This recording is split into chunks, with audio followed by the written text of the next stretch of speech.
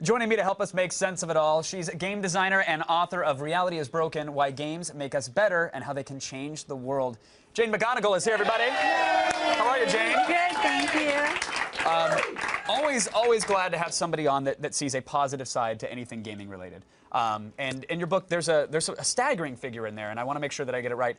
It was 3 billion hours a week are spent playing games. Is that true? That's and right. Almost 6 million years have been spent playing World of Warcraft since it was released. Yeah. Pretty staggering numbers. I mean, I guess it's laugh-worthy, but that scares me a little bit. Like, that seems like a lot of time invested in something. Like, I played World of Warcraft for maybe 100 hours since its release, and the only thing that changed in the world was, like, a guy in China made money off me because I bought gold, and, you know, my girlfriend didn't have to fake as many orgasms. That was about it for like an 8-month run of time. Now, how does that translate into the world at large getting a positive change? Right. We think that games are escapist and that we're just ignoring our real life by playing. But what the research in my book shows is that games actually change the way we think and act in real life. And if you take your game seriously, they're actually helping you power up real skills and abilities, like not giving up in the face of failure, learning from failing and getting better, being more likely to collaborate with others, long-term strategy,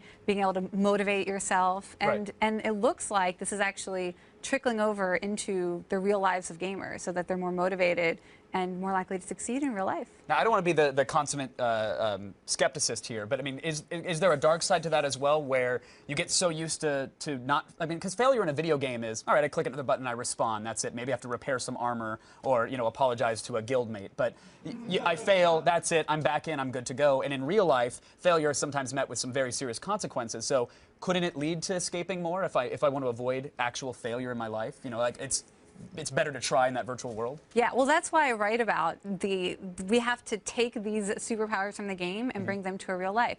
You know, most of the time we're scared of failing in real life.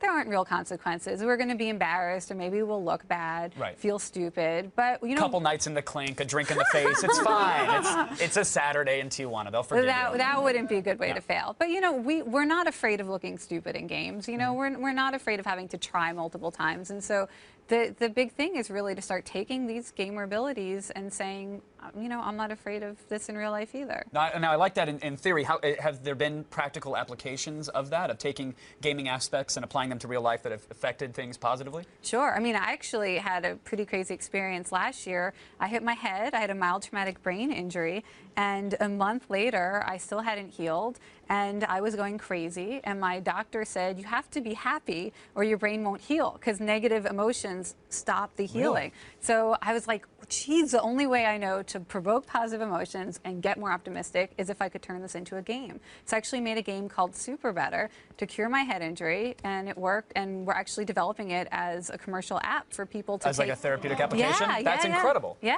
Because I mean, I hear apply game mechanics to the real world, and I think, okay, I have to teabag as many people as possible. That is the only way to celebrate in Halo. But a game like a Halo or a Grand Theft Auto or Peggle or even Farmville, are there aspects of that game that you can apply? Or any of those games? Yeah, absolutely. I mean, just the simple aspect of having this outlet to have positive stress where we're achieving our own goals. The science shows that playing those games makes us more likely to set ambitious goals in our real lives. You know, even playing Rock Band, I know you can't play Guitar Hero too much more. But no, you can't. But you're more likely to pick up an instrument and try and play it in real life. That is true. So this is good. Now, you know, maybe you'll be more ready when the aliens come. I don't know. But in the meantime, you can look for epic wins in your real life. Okay, see that. Now, who's going to take advantage of this concept first?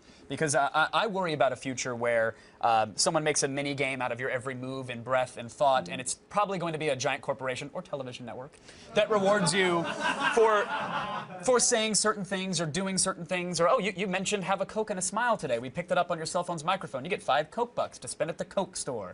You know, could it fall into the wrong hands, this concept, or has it already fallen into the wrong hands? No, it could, but that's why it's up to the gamers not to play games like that. I mean, that's our choice. If we don't play it, so why is Farmville so damn popular? Yeah, now Farmville. I mean, I play Farmville. When I was writing my book, I was feeling so unproductive. I would spend all day on a single sentence, but I could be very productive in Farmville. I could make, you know, harvest my crops and get my little puppy happy and help my friends, you know, feed the chickens and stuff. Right. And, you know, even if I can't see them every day in real life and do something meaningful, just stopping by their farm, helping out, you know, it keeps them in my life. That just sounds like such a slippery slope. Like, yeah, my grandma's sick. She's millions of miles away, but I poked her on Facebook, so well, I'll back to tell the you, dungeon. I know, but there's a new platform that's actually trying to take games like that and put them in real life. It's called Ground Crew. And there's actually an app where you can find local farms near you, community farms, urban gardens, and instead of it saying, hey, feed Chelsea's chickens on Facebook,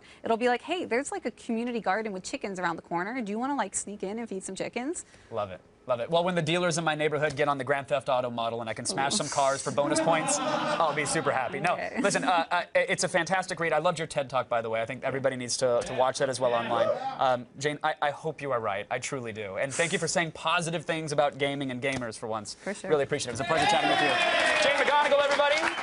Thank you for keeping us in the loop. Guys, the book, again, it's Reality is Broken, and it's available now.